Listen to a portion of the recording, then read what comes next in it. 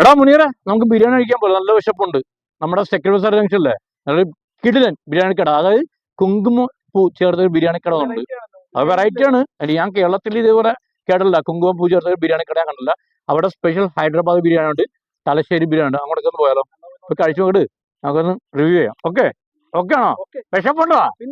Okay ആണ്. അങ്ങോട്ടേക്ക് പറ. ഓക്കെ ആണ്. ജില്ലയിൽ കുങ്കുമപ്പൂ ചേർത്ത് വെച്ച നല്ല അടിപൊളി കിടിലം ബിരിയാണി. അത് വെറും ബിരിയാണി അല്ല, നമ്മുടെ ഹൈദരാബാദ് ഒരുപാട് ആൾക്കാർ ആലപ്പുഴ തിരഞ്ഞെടുക്കുന്നുണ്ട് ഹൈദരാബാദ് ബിരിയാണി. അവിടെ ബിരിയാണി എന്ന് പറഞ്ഞാൽ വേറെ ലെവലിരിക്കുന്ന ഒരു ബിരിയാണിയാണ്. അപ്പൊ ഹൈദരാബാദ് ബിരിയാണി അതുകൊണ്ടാണ് തലശ്ശേരി. നമ്മുടെ ആലപ്പുഴ ജില്ലയിൽ ജാതി ഐറ്റം വന്നിട്ട് വെറുതെ വിടുന്നത് വളരെ മോശമുള്ള കാര്യമാണ്. നമ്മളെന്ത് ചെയ്ത് വണ്ടിയുടെ നേരെ അങ്ങോട്ടേക്ക് വിട്ടു. രണ്ട് ബിരിയാണി ഇവിടുന്ന് ഓർഡർ ചെയ്തിരിക്കുന്നത്, രണ്ട് സ്പെഷ്യൽ ബിരിയാണിയാണ്. ഇത് എന്ന് പറയുമ്പോൾ ഹൈദരാബാദ് ബിരിയാണി ആട്ടോ. അപ്പൊ ഇതിന്റെ റൈസ് എന്ന് പറയുന്നത് റൈസ് ഇന്ത്യ ഗേറ്റിന്റെ റൈസ് വെച്ചാണ് ഉണ്ടാക്കിയിരിക്കുന്നത്. ഹൈദരാബാദ് ബസ്മതി റൈസ് അല്ലെ. അതേപോലെ തന്നെ നെക്സ്റ്റ് വൺ നമ്മുടെ തലശ്ശേരി ദം ബിരിയാണിയാണ്. അപ്പം രണ്ടും നമുക്ക് ടേസ്റ്റും കൂടെ ഇതിനോടൊന്ന് റിവ്യൂ, ജെന്യൂൻ ആയിട്ട് റിവ്യൂ ചെയ്യാം. കൈമാ റൈസിന്റെ ആണ് ഇത്. രണ്ട് സ്പെഷ്യലാണ്. കുങ്കുമപ്പൂ ആഡ് ചെയ്താണ്. എനിക്കൊന്ന് കേരളത്തിൽ ഞാൻ കണ്ടില്ല കുങ്കുമപ്പൂ ആഡ് ചെയ്ത ബിരിയാണി. ഒരു സ്പെഷ്യൽ ആയിട്ടുള്ള ഒരു സംഭവം, ഒരു കോൺസെപ്റ്റാണ് ഇവര് ഇവിടെ കൊണ്ടുവന്നിരിക്കുക. അപ്പം കുങ്കുമപ്പൂ കൊണ്ട് ചാടിച്ചൊരു നല്ല കിടിലൻ ദം ബിരിയാണി.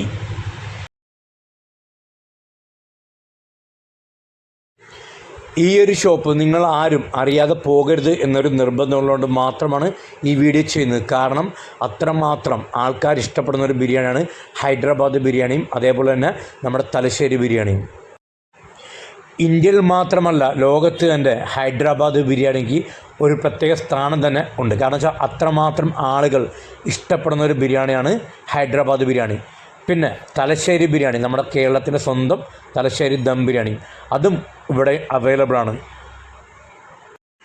ഇവിടുത്തെ ഹൈദരാബാദ് ബിരിയാണി ഒരു രക്ഷയില്ലാട്ടോ. നല്ല സ്പൈസി ആയിട്ടുള്ള നല്ല കിടിലം ബിരിയാണിയാണ്.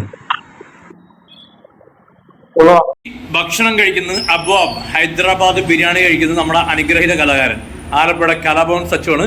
ഒരുപാട് മിമിക്രി, അതായത് ഒരുപാട് നടന്മാരുടെ സൗണ്ട് ഇമിറ്റേറ്റ് ചെയ്യുന്ന ഒരുപാട് സ്റ്റേജ് പ്രോഗ്രാം അല്ലേ. അതുപോലെ മഴൽ മനോരമയിൽ പങ്കെടുത്തിട്ടുണ്ടല്ലോ അല്ലേ. ഒരുപാട് പരിപാടി പങ്കെടുത്തുള്ള പയ്യനാണ്. അപ്പം അവനോട് ചോദിക്കാം എങ്ങനെയുണ്ട് ബിരിയാണി എന്നുള്ളത്. ഓക്കെ. ഹേയ് കലാഭവൻ സച്ചു, ബിരിയാണി എങ്ങനെയുണ്ട് ഹൈദരാബാദ്?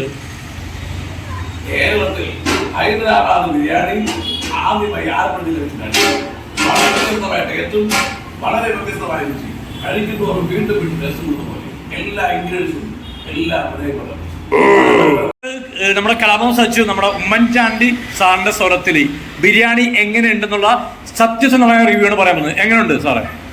കേരളത്തില് പല ബിരിയാണികളും ദം ബിരിയാണി ആണെങ്കിലും സാധാ ബിരിയാണി ആണെങ്കിലും രണ്ട് ടൈപ്പായിട്ട് ചെയ്തിട്ട് ഒറ്റപ്പെടുത്തി. പക്ഷെ ഹൈദരാബാദിന്റെ ടേസ്റ്റ് അതിൽ പറഞ്ഞു തരുന്നു. വന്നിരുന്നെങ്കിൽ കോട്ടയം പുതുപ്പള്ളിയിൽ ഇതുപോലൊരു അബുവാബ് നമ്മുടെ സെൻട്രലിൽ വന്നു. എന്തായാലും എല്ലാവരും ആശംസകളും അബുവാബിനും അതിന്റെ ടീമിനും. അടിപൊളി അടിപൊളി, വലിയ പീസ് അല്ലേ ബിരിയാണി. അബുവാബ് എന്നൊരു കോൺസെപ്റ്റിന്റെ ഓണർ ഈ പുള്ളിയാണ്. പുള്ളിയുടെ പേര് എന്തോ പേരെങ്ങനെയൊക്കെയാടാ? മൻസൂർ. എവിടെ സ്ഥലം? എവിടെ? മണഞ്ചേരിയിലാണല്ലേ. നിങ്ങൾ ഈ ഒരു കോൺസെപ്റ്റ് നമ്മുടെ സെക്രട്ടറി ബസ്സിലേക്ക് കൊണ്ടുവരാനുള്ള കാരണം എന്താണ്?